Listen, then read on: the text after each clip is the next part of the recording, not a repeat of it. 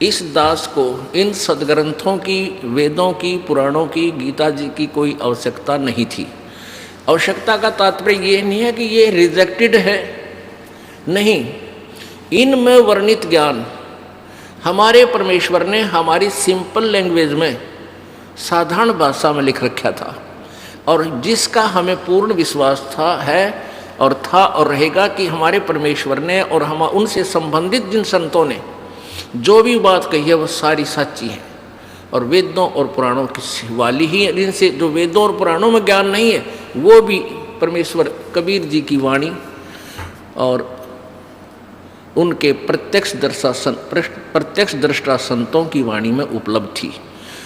अब इस दास ने ये वेद और गीता और पुराण इसलिए रखने पड़ रहे हैं आपके लिए कि यदि ये दास ये कहे वैसे कि ब्रह्मा विष्णु महेश की जन्म मृत्यु होती है, कोई नहीं मानना है, और 20 जगह बुराई करें कि वो तो रामपाल तो ब्रह्मा विष्णु महेश की निंदा करता है, उनको नासवान बताता है, ना तो कोई माने, और मेरे सिर और हो जा डले मारे।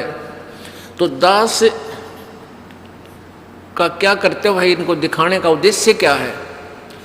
एक समय एक अंधा व्यक्ति अंधेरे में लालटेन हाथ में लेकर जा रहा था। लालटेन जगती हुई रोशनी जगा कर ले जा रहा था, टॉर्च समझ लो, टॉर्च। आगे से बच्चे आ रहे थे उछल कूद करते हुए। उस अंधे व्यक्ति ने कहा कि बच्चों जरा देख कर चलना बेटा, मुझे दिखाई नहीं देता, जरा देख कर चलना, मुझे दिखाई नहीं देता। अब उन बच्चों ने उस अंधे व्यक्ति की बात सुनी और उसके चारों तरफ खड़े हो गए और कहने लगे, बाबा आपको सचमुच दिखाई नहीं देता? हाँ बेटा, मैं बिल्कुल अंधा हूँ। तो उन्होंने कहा बच्चों ने कि फिर लालटेन किस लिए ली है?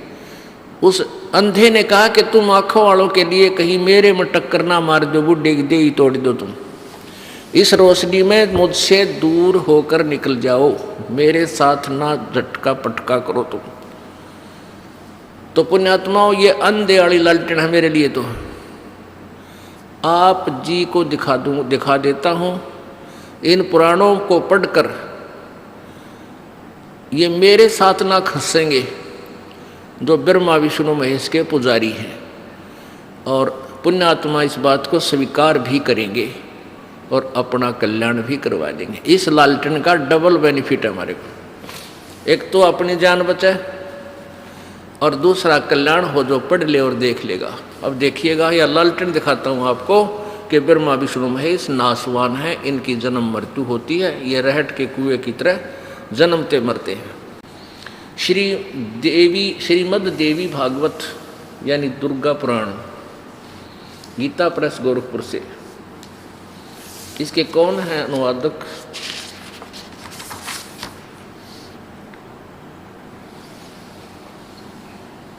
संपादक है हनुमान प्रसाद पोदार, चिमन लाल गोस्वामी। ये कहाँ से प्रकाशित है? मुद्रक एवं प्रकाशक एवं मुद्रक गीता प्रेस गोरखपुर, गोविंद भवन कार्यालय कोलकाता का संस्थान। ये इनके फोन नंबर है।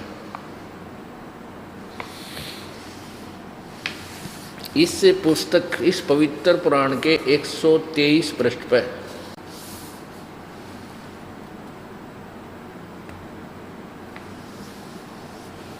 123 पृष्ठ।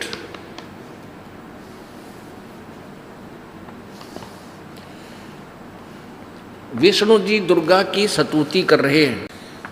विष्णु जी अपनी माता दुर्गा की स्तुति करते हुए कह रहे हैं, तुम शुद्ध स्वरूपा हो, यह संसार तुम्ही से उद्भासित हो रहा है। मैं ब्रह्मा और शंकर हम सभी तुम्हारी कृपा से विद्यमान हैं।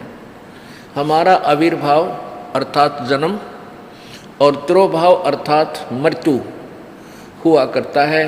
केवल तुम ही नित्य हो, जगत जननी हो, प्रकृति और सनातनी देवी हो। भगवान शंकर बोले, देवी यदि महाभाग विष्णु तुम्ही से प्रकट हुए हैं तो उनके बाद उत्पन्न होने वाले ब्रह्मा भी तुम्हारे ही बालक हुए। फिर मैं तमोगुणी लीला करने वाला शंकर क्या तुम्हारी संतान नहीं हुआ? अर्थात मुझे भी उत्पन्न करने वाली तुम ही हो शिवे।